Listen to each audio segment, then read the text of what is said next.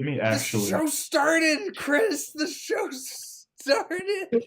Hey, Where are you going? I was trying to hold off on getting my second beer, but you know what? I'm gonna rock with this one. Do you want to go grab your beer?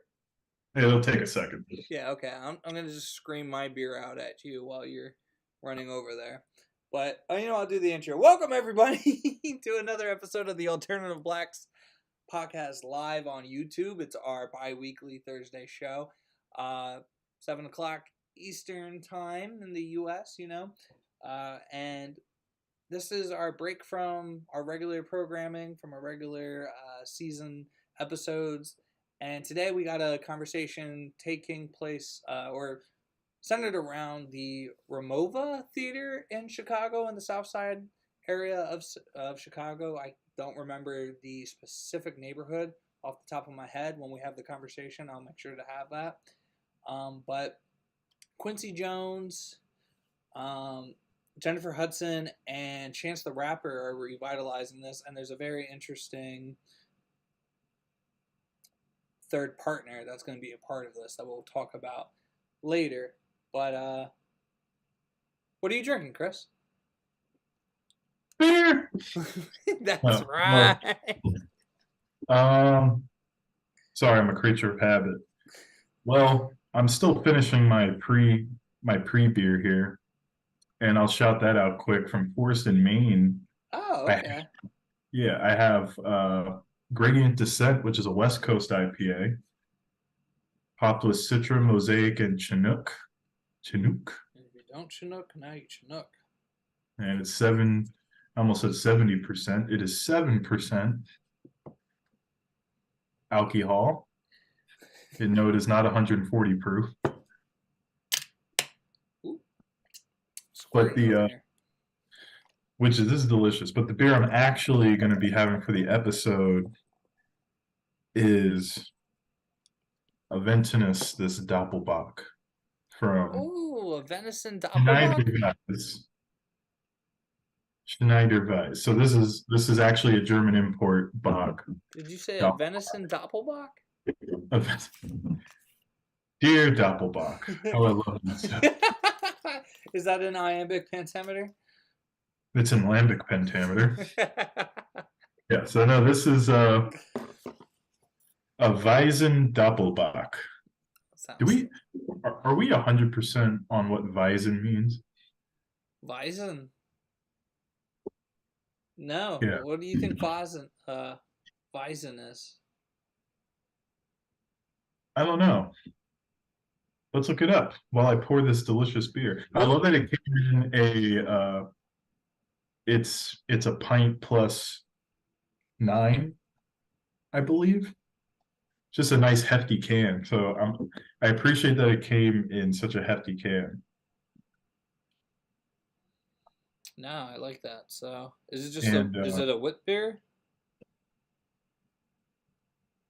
Actually, let's see. Well, if I looked at the top, it does say it's a German wheat beer, but as a Doppelbock. So it's both a wheat beer and a Doppelbock. It is 8.2%.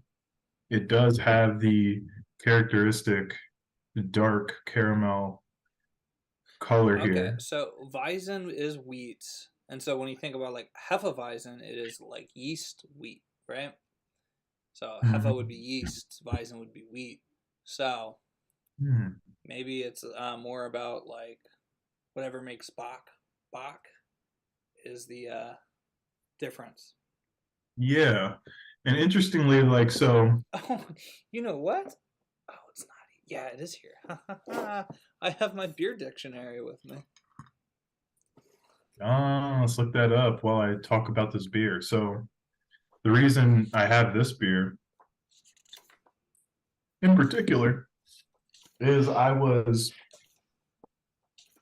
had bought over the weekend a Trogs variety pack. Okay. Like a 12er of 3 or 4 different beers. And Troganator was one of them. And Troganator is a classic, right? And it's been a very long time since I've had a Troganator. And when I opened it up and drank it, I was like, oh my God, I forgot why I love Doppelbock so much.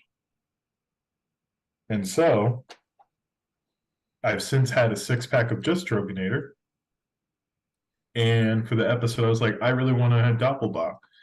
So I go to the distributor that's on the way home, in the Harrisburg area, because I was in the office. And besides Troganator and the Desperate Times traditional Bach, which I don't like at all, this was the only Bach I could find in the entire store. And it's a German import. So here we are with the Weizen Doppelbock. Well, I guess it's just a. I had a bad pun. It's like it's a good sign that you're not balking at it. That's a stretch. So, yeah, interestingly enough, and I guess this kind of goes into like the understanding of the history of styles. Yeah. I'm getting my Obama hands ready because we're talking about Chicago today. It's this way. Yeah, that's right. It's this one. This is Yeah. more technical. Yeah, I did a play where I actually had to do one of Obama's speeches, and this is the hand. This is the hand thing I like really got out. Was that's how he really punctuates. Emphasized everything. Emphasized. I am emphasizing this point. You gotta get those uhs in there. Really good. Yeah, that was really good. So this actually does have a bit of that like that tartness almost that you would get from like more of like a wild yeast. Yeah, okay. So I would like to look into, Bachs are one of those styles where we enjoy it, but are we really in the know about like traditional styles of Bach? And that's hard because, it's one of those situations where we're so ingrained with IPAs, lagers, pilsners even, right? Like these are the beers that are just kind of commonplace in America. Like these are I think those are big like 3 things that you're kind of really drinking. True. And so when you start talking about Bachs, I kind of see that in the realm of seasonality of, yeah, here's your stout porter Bach season, right? Like your barley wine season, right? This is the time to drink that. And so there's a few staple Bachs I think really come out. I can't name any of them by name. I think a large part of that is because it's German. Okay, literally about to say, what are those? Yeah. But there's ones that I like see in my head. I can see the logo. I see like some of the branding for it. Like I know there's one that you get like a goat with it, like a little goat ornament, because the goat is a. Is that Von Trapp then? Because I know Von Trapp has goats. Well, no, it's not a Von Trapp. It's right, exactly. It's American brewery. But I know, like, even Sly Fox has Bachfest, where there's, like, they're racing goats, right? Like, I think the goat named Jenny is, like, the tri-crown champion of That's something, like, I feel like that's something we should probably know already, but, like, yeah. The goat seems to be something with Bachs. What is that? Because it's a great beer. It's the goat style. It's literally, Doppelbocks are literally called liquid bread. I mean, how could you not, right? But like think back to like Yingling's Bach, which is like the first Bach we've ever had. There's a goat on it, right? Yeah, Bach beers are like some of my traditional favorites. When you think about beer being beer, Bach beers come into play. I think there's a couple of Pittsburgh breweries that do some Bachs pretty well. And those are like, if we're talking about early craft beer stages of things, for me at least, maybe. I remember my first like, oh, these are beers that I like. I don't want that natty light shit. When I was in college, I would get like Beck's or something like that, some like German beer that I had when I was in like fucking Germany during like Oktoberfest when I was like 18, 17. In Germany? Yeah, like when I was 17 in Germany, right?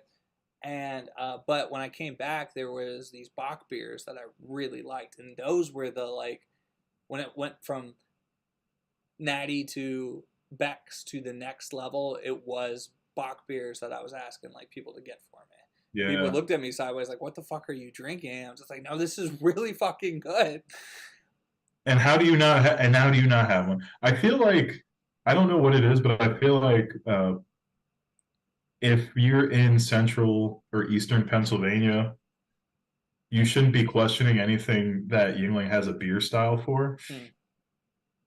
because it's so prevalent, and maybe it's just the everyone just goes for the traditional lager True, again, but it's but just like and you got to think like Pennsylvania has such a strong Germanic like presence, like just history about stuff.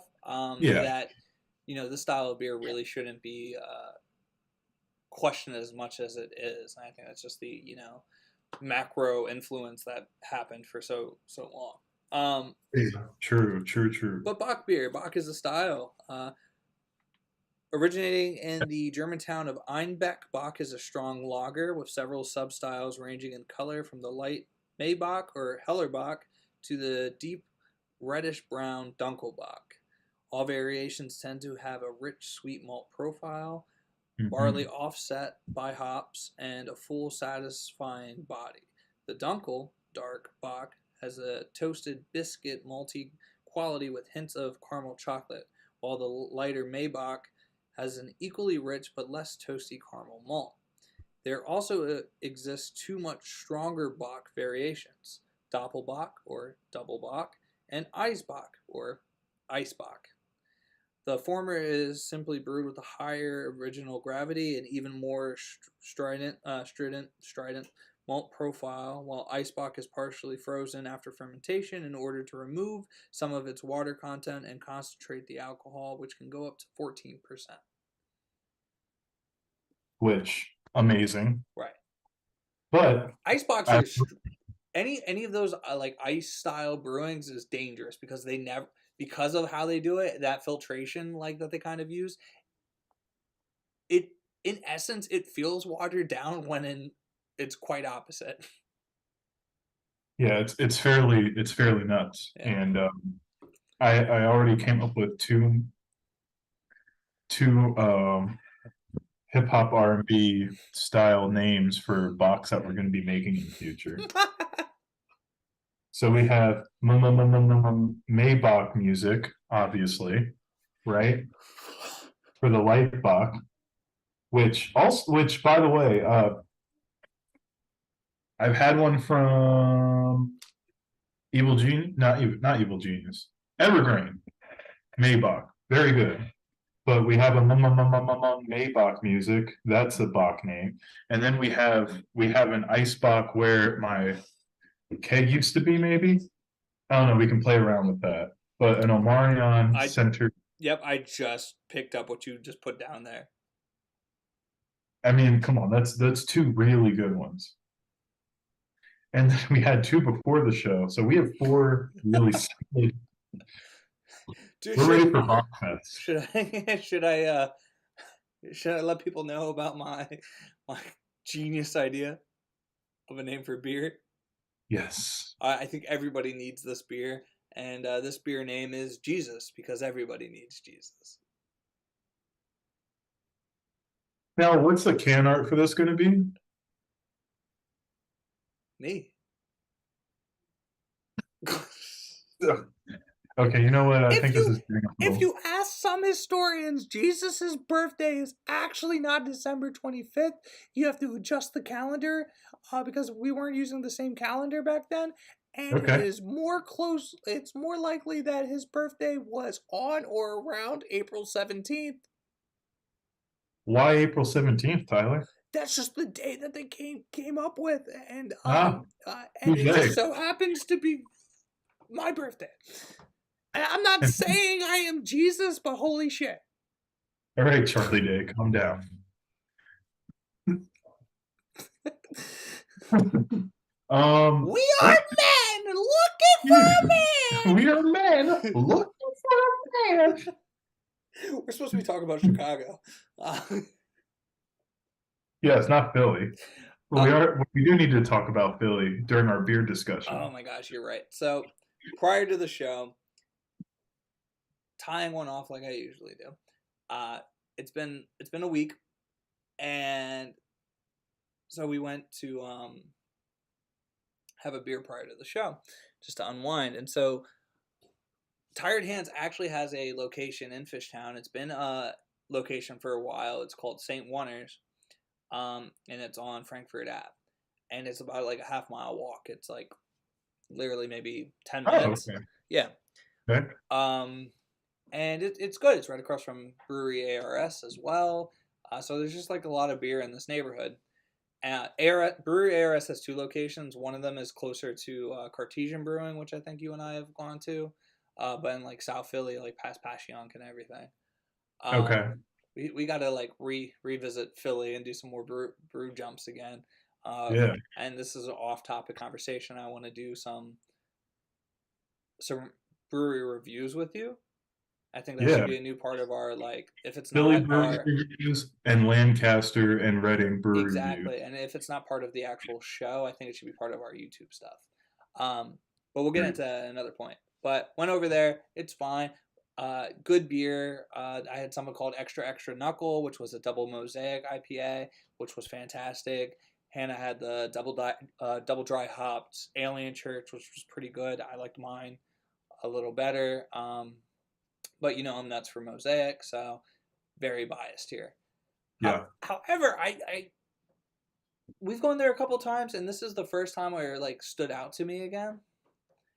And I think it was Right. just because there was more people. Usually, like when we've gone in there, it's been pretty freaking empty. Um, but it's something that I found to be true at almost every Tired Hands location. They just ignore you. Like it's just like Are we right, surprised? no, and it's very much the culture of like other half. I don't know what it is about that, but it's just like you get there. We ordered like they have a beer that was available as a milk tube. We did one of those to start, and then sat there for a little while after the milk tube was done. Got my second beer, but then it was just like it was before 6 o'clock. It was like 5:50 or something like that, and I was like, I already know what 4 pack I want to leave, and I want to go home and do some things. And we didn't get out until after like 6:15. They're staying there for like 20 minutes. Right. And it's just like, yo, like this is crazy. And it's like it's full, but it's a small place, so it's not like that full. And it's just like, what are you guys like doing in this process? Like it was from like 2 to 3 people that were working there. The bar maybe sits 15-ish people, I guess. Maybe all the rest sits another 15 if you're lucky, maybe 20 at most. So like you're looking at potentially 35, 40 people, 55 people maximum capacity, and it's just like, all right, what's up? Like how's this going? So that was it. It was just like one of those like situations where I think at the very early days of Tired Hands, maybe there was a way to get away with it because there weren't beers like Tired Hands in the area. Like you weren't really getting these Yeah. juice bombs or these crazy funky beers or anything like that. Because your main Or competitors were what? I was Victory. gonna say, or even just a really good hazy or really good dry hopped IPA. Because you're competing with Victory, you're competing with Trogs at those points, like maybe Yards is a like contender in the area or something, but you're not really like other half doesn't exist. You don't have places like Human Robot, Love City, just so many other like breweries that exist in the Philly area now that it's just like Yeah. Agreed. maybe I'll just pick up a 4 pack if I'm feeling in the mood from Tired Hands every once in a while, but I don't really have to like I know if I'm in a rush, this isn't the place. I know if I want to have like a really good experience, this isn't the place. Yeah. Uh, And like I've seen like their distribution is out here now, like very easily. Like I can get a Tired Hands beer. So it's just like eh, there's not much about like going to Tired Hands that's an experience anymore. To say you have gone there is one thing, yeah. um, which actually kind of segues into our conversation with Chicago as well. Yeah. So I before getting into any of that, I will talk about the beer that I have because that segues into Chicago as well. Okay. I'm not sure if you were aware. Oh yeah, you were because I sent you a picture. We went to Yeah, because see you've Allsod. delivered. Yeah, we went to see our good friend Alsop in Chicago this weekend. It was his birthday, but he was also in a play, and so he had asked us to come out and just like spend his birthday weekend with him. And so happily Okay. obliged, we brought Connor out and had Connor. That go. It went pretty well, but Connor was in the basement with with Alsop, so we had a fun experience. He definitely got a guard dog for a couple days. Yeah. Uh, But no, it was a good time. We drove out. It's like a 13-hour drive. Connor loves the car, so that's simple. But one of his castmates helps with at a brewery called Saint Errant, Errant Brewing. And- And he always has like a bunch of beers to like give out for samples and stuff like that. And so Okay. Alsop was telling him about me and about our podcast, and he wanted to get some beers out to us. So he went home with like two 4-packs of some of his beer. Oh, not his beer, but of St. Aaron's Brewing Company's beer. And so I'm drinking one of the two, which is called Watasha. It's a double dry hopped IPA with Mosaic and Vic Secret hops, and it's sitting at 7.7. And when I tell That you, can art is it's beautiful. beautiful. They don't have like an actual location for like a tap room, but like they do have a pretty heavy distribution in Oh, the Chicago area. what was the style again? It's a double dry hopped IPA. St. Aaron's Watasha Double Dry Hopped IPA. Is Watasha a hop? Is there Nah, a I beer don't know there? what Watasha is. I was really expecting this to be like a rice lager or something, to be Yeah, honest. because I'm like I'm kind of an anime nerd, I guess, but like I immediately noticed the Japanese like art style. Yeah, because you have like the cherry blossoms on the side. You actually have Yeah. like, yeah. You have a rooster, which I guess, and then you have Watasha. So like interesting. There's I something was like I haven't dug like too deep into it, but it's a wonderful beer, like pretty hazy. Um the mosaic notes that I really enjoy really come out. It's just really juicy, and it's just like really well balanced. I think sometimes there's some like citrusy beers that like it hits too hard for me, and this is just really balanced, really mellow, while still okay. being juicy. And I really enjoy that. So I think it's like the more tropical notes that come out in this beer. So when you say hits too hard, what do you mean by that? You ever have like too much citrus and it just like it fills that jaw like Okay. oh So almost too tart in a sense, or just like too yeah, too tart I think is the actual like way to describe it. I think that's probably the best way. Where it's not a pucker like the but it like that those glands kind of like are overly stimulated, and that's what I tend to not like in some like IPAs sometimes. And this is not the case. It's a wonderful beer. Out of the two beers that we're giving, again, the other beer has like this. It's like a carousel, like, but it still has some of that Japanese like inspired can art. It's a brewery that I would like to explore more. I just haven't had the okay. time to sit down and like do the research on. Can we Um, move Chicago to not a place that gets lake effect snow? Honestly, because every time we go out there, I'm just like, God, I would live here if not for The winter. rent.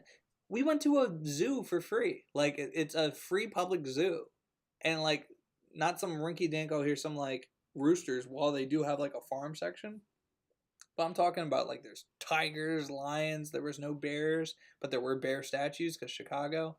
Oh Um, my.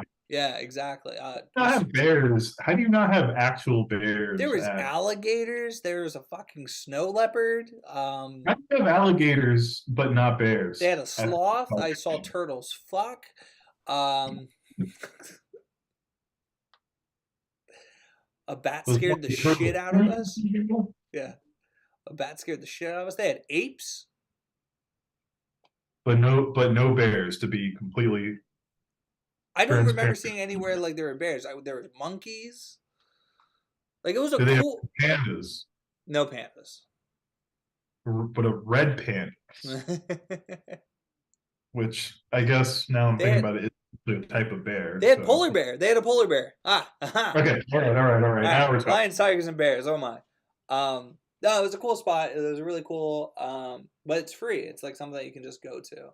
And that was like a really interesting concept. And it's like right on their it's right along Michigan Lake, right? It's along that parkway that they have, Lake Shore Okay. Drive, right? And it just got me to think. It was like, why the fuck is the Philly Zoo in the middle of like on the edge of West Philly, On like next fucking to a Gerard's, highway, on nowhere? Gerard, Like, so it's technically it's next to the Philly's big park, Fairmount, but you have to cross fucking Girard to get there. I was gonna say it's not actually. It's next to it, it's adjacent, but you have to get across this fucking major 4-lane street in Yeah. Philly that doesn't actually have a like. It has the Across. crosswalk sign, but at that same time, there's a green arrow for everyone to make a turn. Yeah, I was gonna say it's you would be crossing right where people are coming off and getting on the highway, Right? Yeah, it's just like, oh yeah, and you want to get on the Gerard's already a 676? 4-lane road, Right? They're like, and you have fucking trolleys or some shit. Like the trolley lanes make it 6 lanes, and you it's don't even know if they're running, and you could break your ankle walking yeah, across it's because of the stupid trolley tracks. Okay. god fucking awful. And so then from there, you either have to like walk into the hood and then get into the park, or you walk across through a very isolated part of the park, which is and just have to hope you don't run into anybody on that section. Like you don't run into a good part of the park for a while. Yeah. Um, so there's just Good old Fairmount. yeah, it's so fucking wild. Um, anyway, castmate got us this beer for free. So gotta give them a shout out. Gotta give the play a shout out. They did a musical version of American Psycho, Oh, how and do you I would kill it. Well, when you go back and you start watching, because I went back did and they? watched it, it was yeah, they killed it. Um, there's a lot of music involved, so it does actually make a lot of sense. So And how they do the dun dun dun dun dun dun dun oh, dun? you're Isn't thinking of Psycho, Oh, this is American American Psycho. Psycho. So this is the Christian Bale film, right? This is basically Okay, a yeah, take on yeah, corporate America, where he's in yeah, like the yeah. poncho covered in blood. See, you could see how I Yeah, no, and I think that it's very intentional. Like the naming of it and like the themes there, kind of, you know, very similar because a mom is a very present role in that, and does have a lot to do with this young man's psychosis. So, okay. Probably uh, probably a play on it. I'm sure that was in mind when it was written. yeah, but so reason why I said this was the good tie over to Chicago is the fact that our main conversation is going to be centered around Quincy Adams, Jennifer Hudson, and Chance the Rapper revitalizing this old theater from the Southside of Chicago, Ramova Theater, which was in this Lithuanian area of South Chicago, built in like 1929. Was very popular at the time. And it was like a mixed use kind of structure. I believe they had the concerts and everything that was going on there, but they also had some commercial parts of it, and I think there were residential parts of this building as well back in the day. And I forget when it went into disarray. I think maybe the 80s or something like that. Don't quote me. I read the wiki very briefly. Um, and the name of the theater has something to do with peace in Lithuanian. So that was a Yeah. cool like reference to it. But they're bringing this theater back, trying to revitalize this area, and they're going to be partnering with a brewery that's going to have this beer garden grill spot to it, and it's none other than Other Half. What is wrong with other half? It is so funny to me because every time we bring Other Half up, I feel like we say Other Half. Oh yeah, we're done expanding, except for this Other and half that. is really the UK. They're just fucking expanding, buying shit up, encroaching. There's already a brewery in Chicago with the word half in their name that are fantastic. Oh yeah, You don't need another half. You have Half Acre. right. And here comes the other half brewery. Of it, the other half of Half Acre. Do they make a collaboration and just call it Full Half? Two halves, but I got me a few on. Full acre? Two halves, but I I got me a got few. a few. I forget what my tie-in between Chicago and everything was, and Other half? no, I had a whole point of why I wanted to transition into Chicago. I had all these points. Um, Because you went to see Alsop. yeah, but it was something about when You had Remova. we were talking about Tired Hands and other stuff. Tired Hands, other half expansion.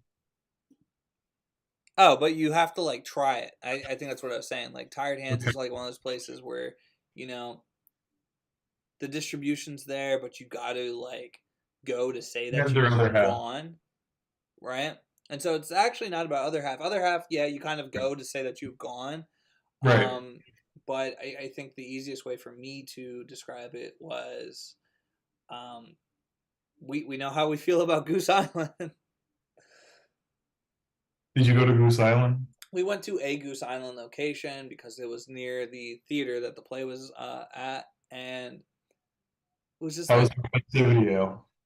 did not try the festivity ale. The best way I could describe this place was if you go to Love City and you're in this old industrial building, you know, you see those elements, you see some brick, you see some cement, you see these huge beams that were always there. It gave like they were trying to replicate that in a space that wasn't that ever. And so you walk in, the outside's very unassuming. You walk in, there's all this brick, and it kind of just reminded me of walking into like Applebee's, to be completely honest. Apple. Yeah, that's the like fakeness of it, right? Like this neighborhood Hey, bar because that's what Applebee's tries to do, neighborhood bar. And you walk in and you're just like, oh, yeah, you put up some pictures of the area. Good job. Yeah, that's fair. But at yeah, least Applebee's, it's like it's a chain. right, I guess Goose Island's a chain, but maybe not if you're in Chicago. right. And so Is you Goose go in, Island Chicago? Is yeah, Goose Island Chicago native? that Okay. area that we were in was Goose Island. Yeah. Like, it's Goose Island is Chicago through and through. Okay. Which is why it's weird that the other half in Philly is sitting in the old Goose Island. And now other half is coming to Chicago. Like they're maybe they have a vendetta Yo, to come. I The think other so. half is there a vendetta there between Chicago and well, I And guess Brooklyn, New York. Yeah, Brooklyn. Brooklyn. Um, so it's just a weird like cross section, but I'm very interested in what's happening with this Remova theater. It's very intentional that they're opening up this brewery on the south side and not in all these areas that they could open up in Chicago that aren't associated in that kind of way. Because like when you think South Side Chicago, you know that's the Your rough typical part of negativity. Yeah. yes, that's the rougher part, right? That's the association is South Side Chicago, like Chirac, right? Like all this kind of like negative connotation. And I think that's even if you look into the articles that were coming out for this location, they don't say Southside Chicago. They say this very specific neighborhood. Um, the only True. reason I realized, like, I knew other half was going to Chicago. I didn't know they were going to Chicago in partnership, essentially with Quincy Jones, Jennifer Hudson, and Chance the Rapper. And I didn't know what area that this was actually opening up in. And I was listening to Power 99. I think it was Angela Yee's like tea time, like her basic like her morning show because I have a very old car that does radio and not Bluetooth. Um, What's free? radio.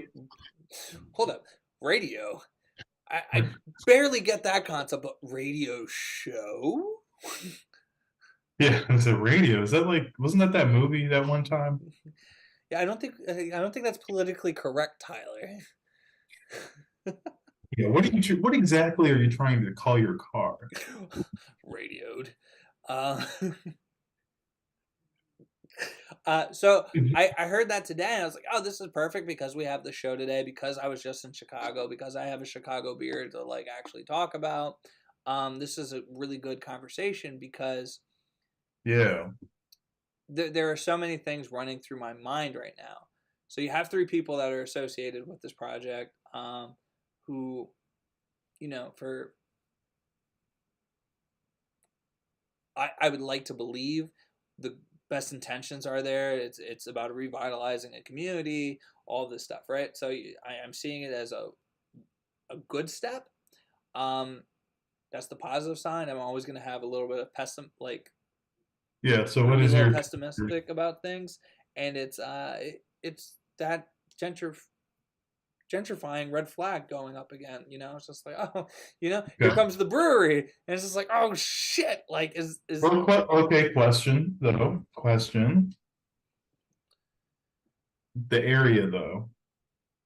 So you mentioned the fact that they said, okay, so we're not going to call it South. It's not in the South Side of Chicago. It's in this particular neighborhood, which is a historically Lithuanian neighborhood, not a black neighborhood. So we remove ourselves from all that negative connotation associated with these neighborhoods. I wonder, but obviously then you have these prominent black people associated with bringing this historic place back to life essentially. And I wonder, in all of that, where is this exactly? What are the economics of the immediate area that it's in? Like it's this seems more gray than normal. It's not like they moved into, or perhaps this is something that's being highlighted. Maybe this is just the earliest step of gentrification that we don't normally think about. Because I feel like with gentrification, normally it's like, oh, this thing moved in here. Okay. Oh, this thing moved in here. And then like 5 years later, there's this gradual change to you don't realize what's happening until it happened. okay. And now, to be fair, Yeah. Is it already in and it's further up than the South Side neighborhood.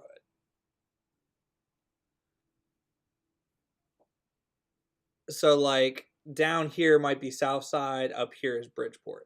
But it is on the southern side of Chicago. So there might have been just even like a misnomer of the name of it all as well. I don't like, again, Chicago is one of those places that I don't know too much about.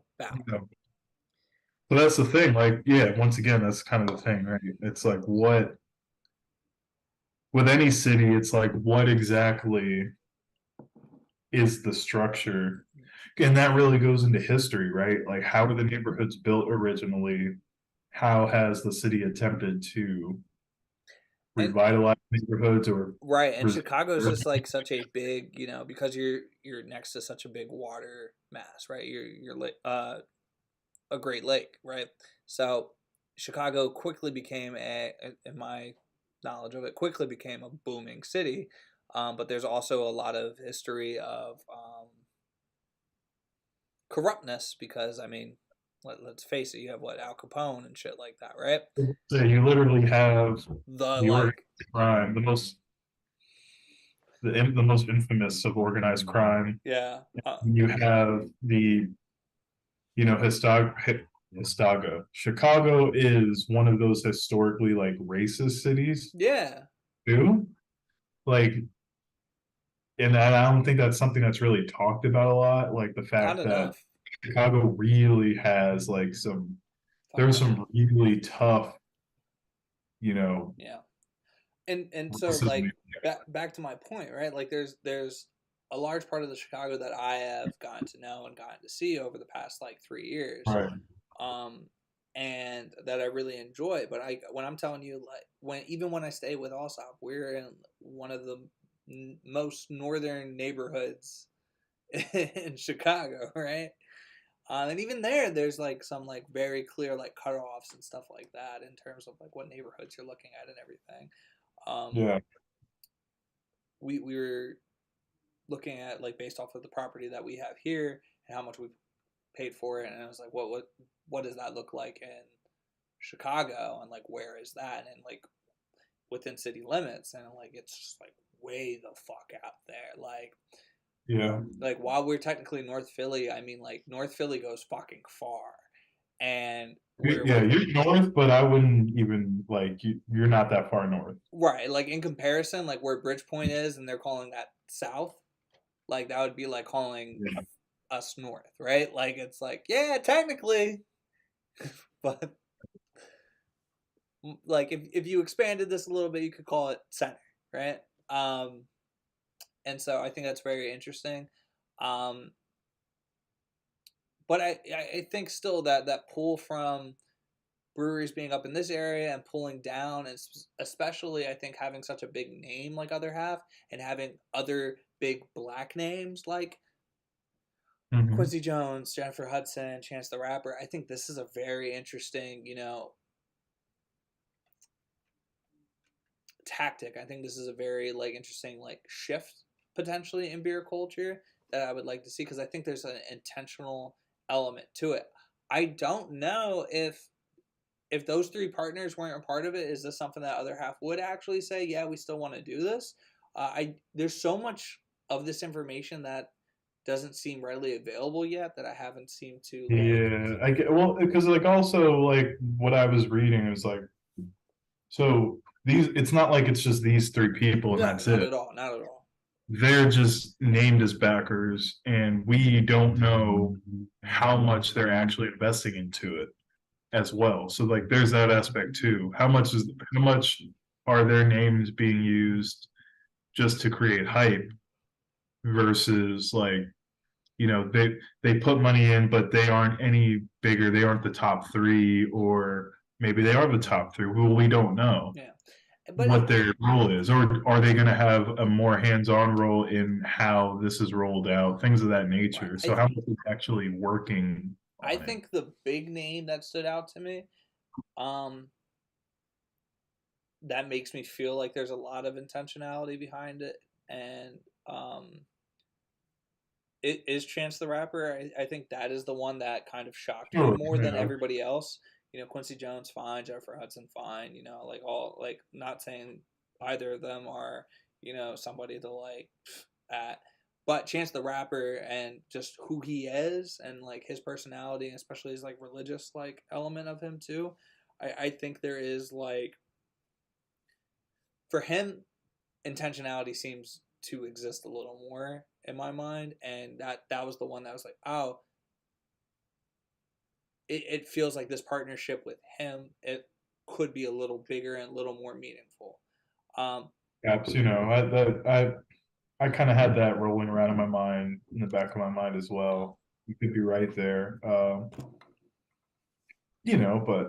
who knows, it's I think all it speculation. remains to be seen. Yeah, it remains to be seen, but it is exciting to kind of see that happen, and Yeah, hopefully these people's names aren't just being used to create hype for a business or a place that really isn't going to. because the flip side of it is with all of these Chicago breweries that do exist, you could have partnered with somebody like someone from Chicago. For instance, Yep. one of I'm not wearing that shirt today, but I have this shirt from a brewery there. It's Metropolitan Brewing Company, and I had a Black Lives Matter shirt from there. It's like a bunch of like robot hands and stuff like that. But they are actually closing in December for which seems like it's closing for good after having a strained relationship with their landlord. And Mm. so like they just are like kind of throwing up their hands like we can't do anything anymore. And Well, this sounds like the perfect opportunity for someone like that. now granted, who knows how long this contract has been in the works with Sure. Other Half and like how long they've been trying to like put it together. But it's one of those things too where you look at it just like not even a brewery like Metropolitan for instance, but wouldn't it would it have been better for say Half Acre to open up instead? Yeah, logistically, because shipping your beer, like, is Other Half actually going to brew their beer there? No, probably Probably not. not. No. So you're shipping your beer halfway across the country versus halfway across the city. I mean, yeah, I was gonna say like at least Other Half has that like down already. Yeah.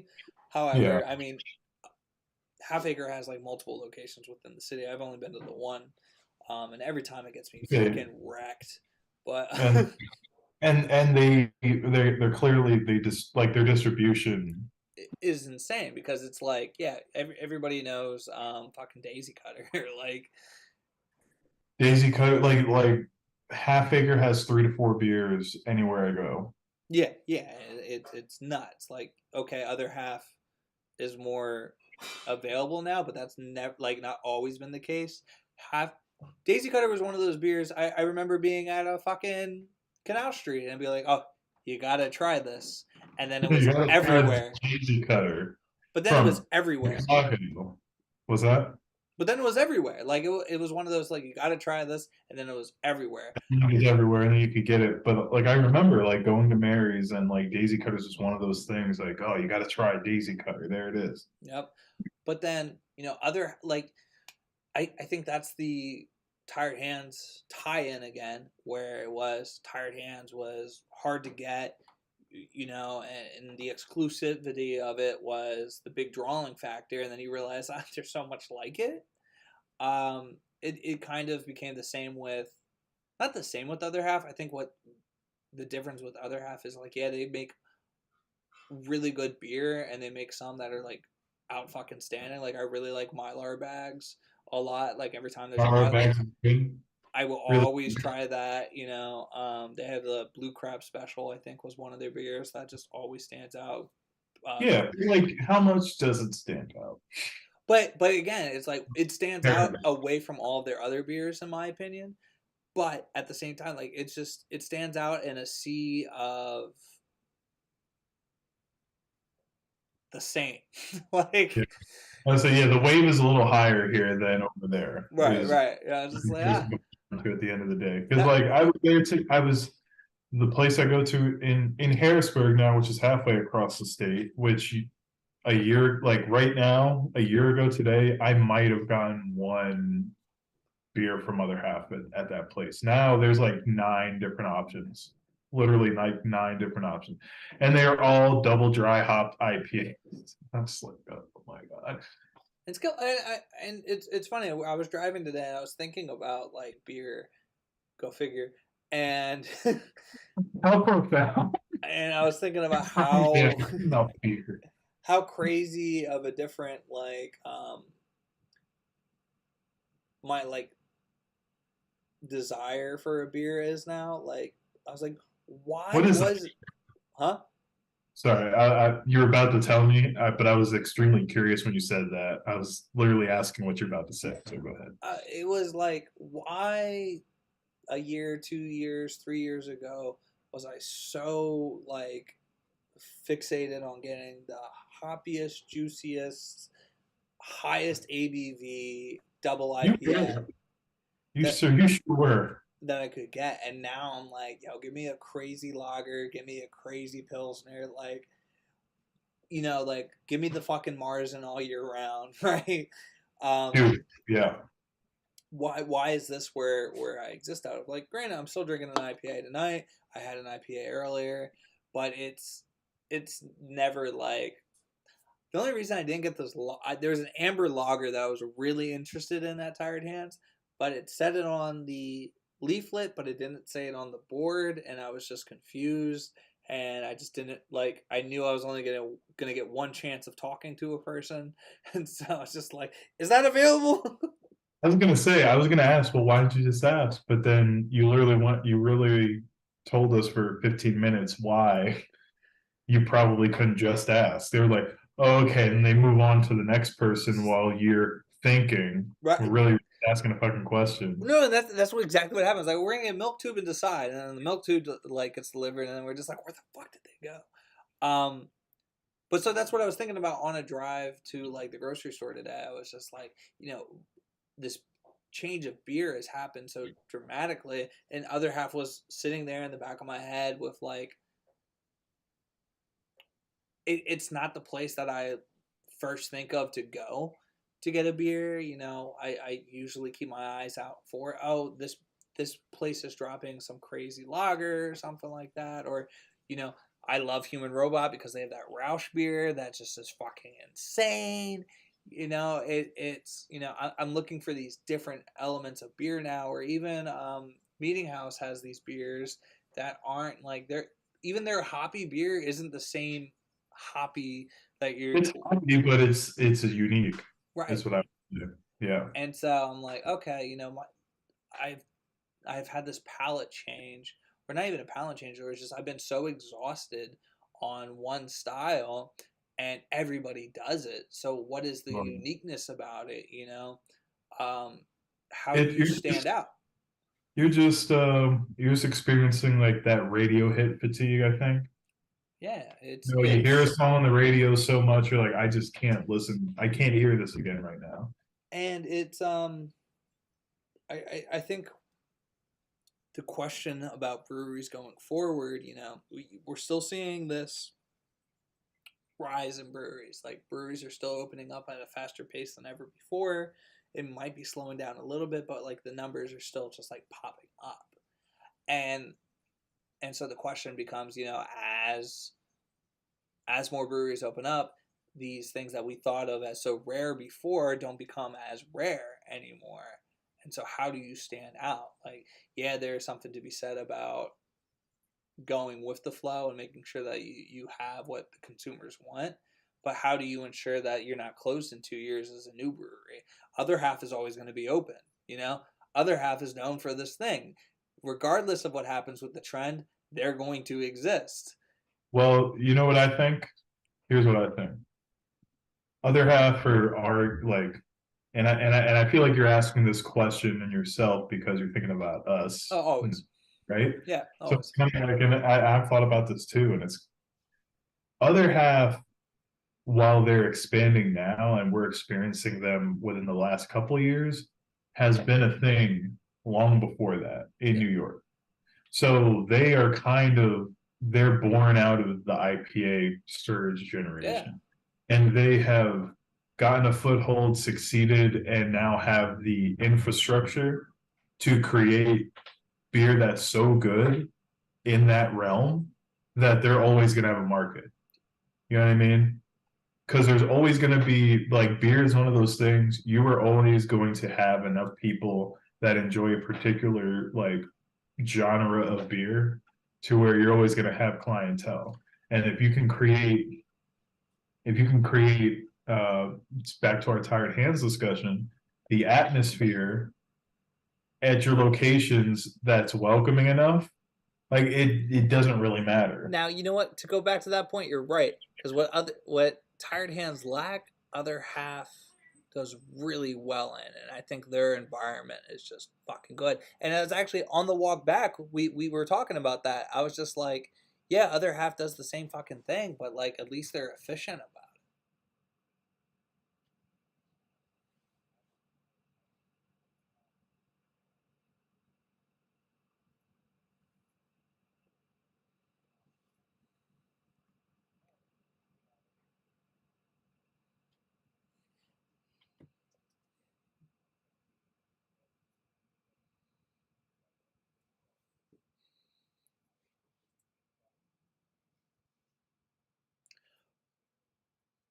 And that's the thing. It's like that is the efficiency that they have. They've cut out a lot of other unnecessary things. I believe when it comes to being a brewery. Yeah, they don't do unless it's a canned cocktail, they don't do cocktails. It's strictly beer. The food is like, yeah, order it. And it comes through that kitchen, like, and maybe I run it, maybe I don't, it's just it's built to like get you beer, you know. Um, and I think that's what they do very efficiently. It's like, oh, get them the beer, get back to your station, and it's no nonsense. But it's also it's staffed. I've never walked into other half and felt like, oh, they need more people here. I've sometimes walked in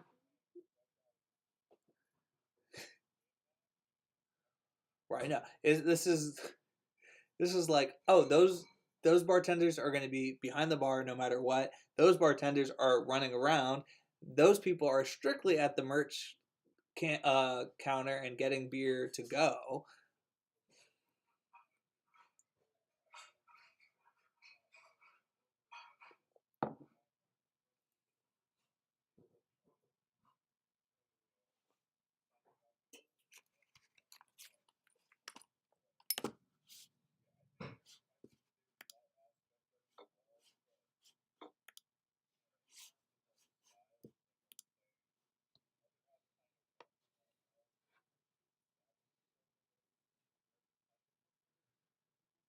where they can fuck around and find out.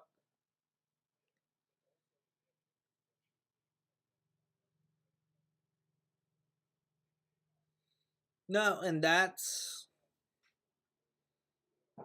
you know, I feel like we've had that conversation. There's two things I was going to bring up.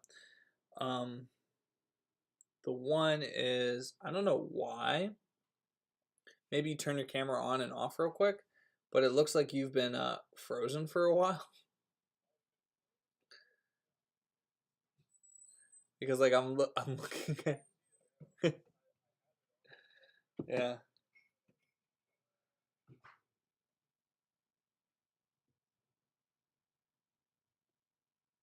And it may, yeah, and it might be on my side too.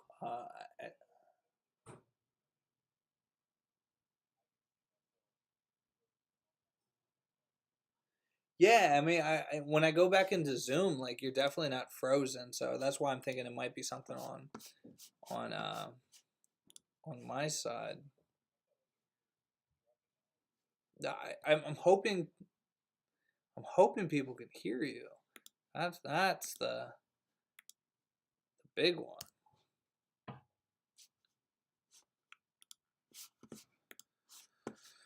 But what I might do is let's take a quick commercial break before we get into the last couple minutes of the show, and we'll get this all straightened away. Be right back with the Alternative Black Podcast.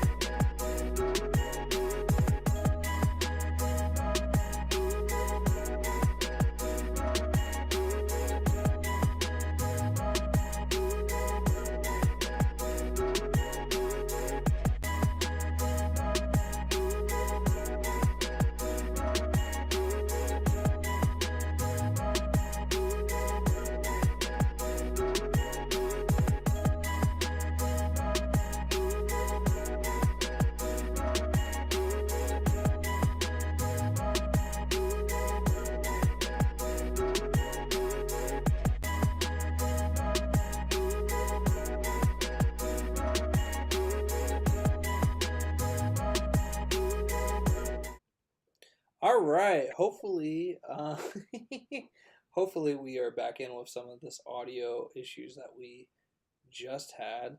Now, obviously, try to bring this up on my phone again, and we're just gonna wrap up the show. Yeah. Fill in the pieces that I was just talking to myself. Apparently, I mean, you look good on my screen now, so I'm assuming that means everything is good.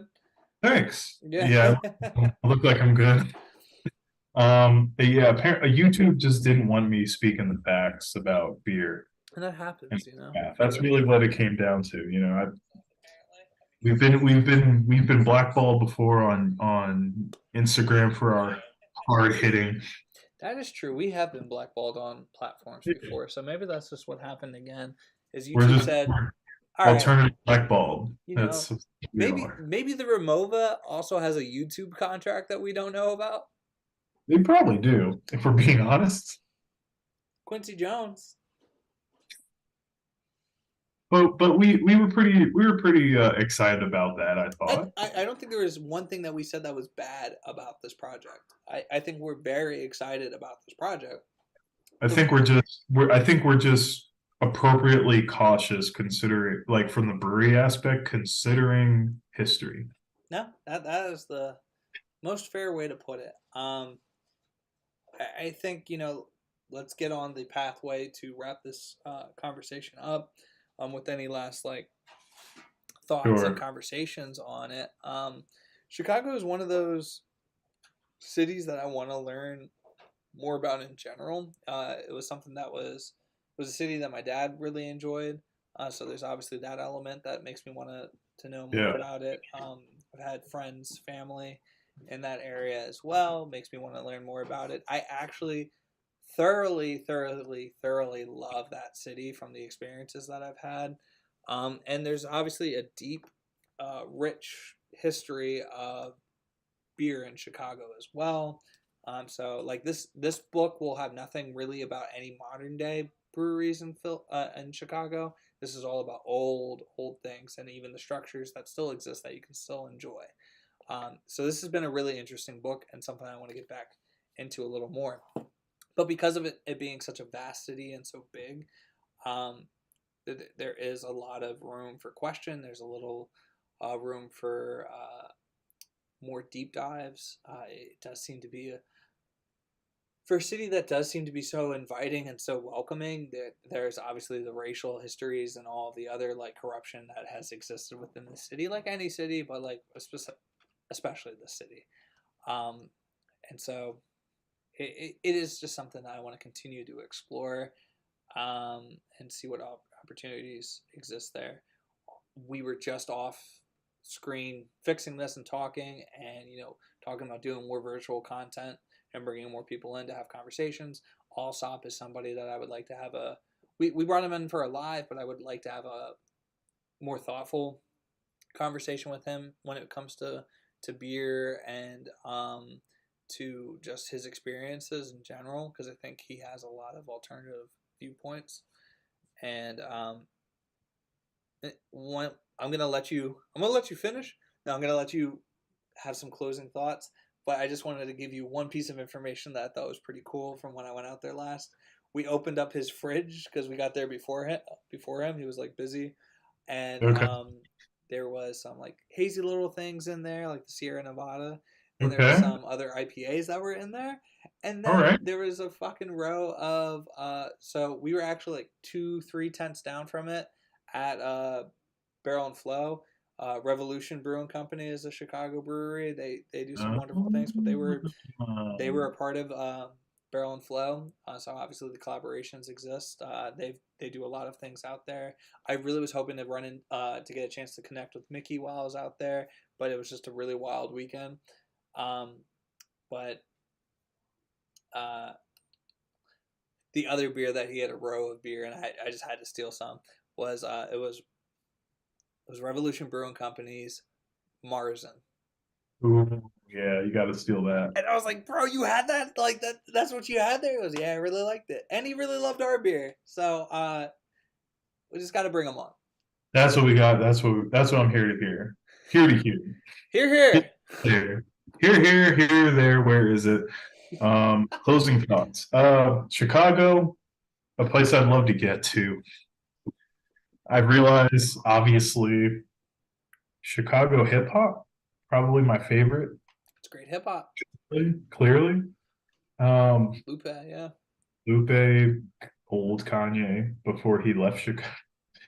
I'm just gonna demarcate it there I before he was mean, Kanye. Kendrick's parents are from Chicago. His parents are from Chicago. You got BJ, the Chicago kid, who's from Compton, but he's actually originally from Chicago, which is why he's called BJ, the Chicago kid. And he's great. So Chicago's just doing I mean, just everything. you got Common. You got You got Common. You got the Brat. Really? I don't think I knew that. I'm pretty sure. You got Vic Mensa. Vic Mensa, yes. Vic Mensa is Chicago. You have obviously Chance the Rapper, who we noted earlier. Lil Durk, I think, is from Chicago. Well, is from Chicago. Earth, Chief Wind, and Fire. Earth, Wind, and Fire. Like, no. Chicago has one of those like deep histories that I'd be more interested in learning about, and uh, obviously Lupe Fiasco being my favorite rapper, I've always had like that interest of Chicago and kind Herbie of Hancock, Sam Cooke. so there's just so there like I said, there's just like that history there, right? That notable. Twista. Oh yeah, Twisted, duh. So love me some Chicago peripherally on the surface level because I haven't been there yet to actually get into loving it. So I hope to do that. No, we should. And We need to. I mean, like, obviously, Alsop is a very, very dear friend of ours. When he's ever back in the area, we've had we go one of my fondest memories is us exploring Upper Berks County by accident via me. because of you. Yeah. Yeah, but going to a brewery with him as well, and I don't think he was really into beer at the time either. And so there's just been a lot of. I don't want to call his interest in beer growth, like, because it's like snobby. He's finally grown as a person. Yeah, no, but that was one of the things that I took away when I was out there this past weekend was just his growth as a person and just being very proud of this young man. Yeah, I mean, because not like that trip to Saucony Creek we took, where he had the beer. He's like every beer, but just him every as a beer he had whole, Tina grunt, yeah, Tina exactly. moan. Him as a whole person is just it's remarkable to see. But I think not only on that part, it's just how the way that people travel sometimes. I think he is a good ambassador of traveling and to a city. I think he's very honest too and I think this is valuable content. So that's why I'm saying, and I'll hear it not as we transition off. Is he's one of those people that upfront says like, hey, since you're out here with me, these are the things I want to do. Outside of that, feel free to do whatever the fuck you want. I mean, so like we would wake up, we would go do whatever, or get coffee, walk the dog, and he would either have already been out and ran and came back and did something, or he didn't get until like 5 the night prior, like 5 in the morning, like, but I was like, we were out with him and we said, if you want us to make it to brunch, we're going back. And I'm just being kind of like really open to that kind of stuff. But I think for us, with the beer and everything too, while it's not his like forte and like his like first thing that he wants to do, he is also very receptive to that and very like, here are the recommendations, here's what I would do and everything like that. And so I just think you find friends like that, and that's what you really try to keep within your circle.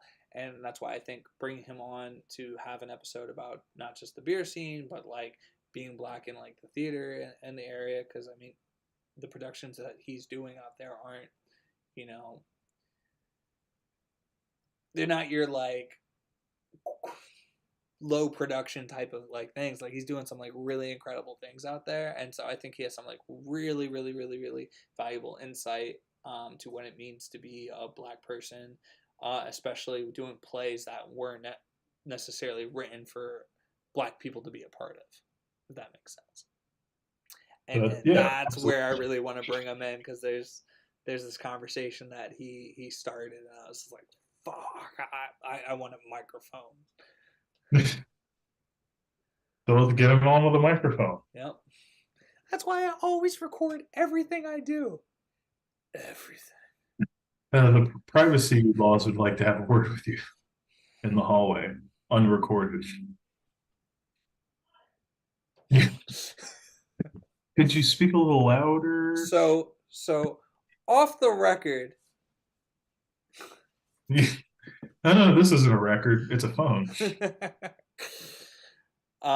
Yeah, so again, thank you for having this conversation with me, as always, for the Alternative Blacks podcast. This was actually a shorter episode. Usually, when I want it to be a shorter episode, it ends up being longer, or I say it 1,000 times. This is going to be a shorter episode. This was actually a shorter episode, not by not by design. It just happened to be, and I think it was because of the nature of the conversation. There's not a lot of information about this yet. Yeah, but I think it was a good conversation Yeah. as I trying to catch a freaking nap. Yeah. It was a good conversation.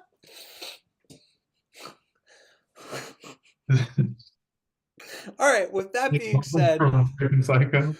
yeah, exactly. With that being said, until next time, peace.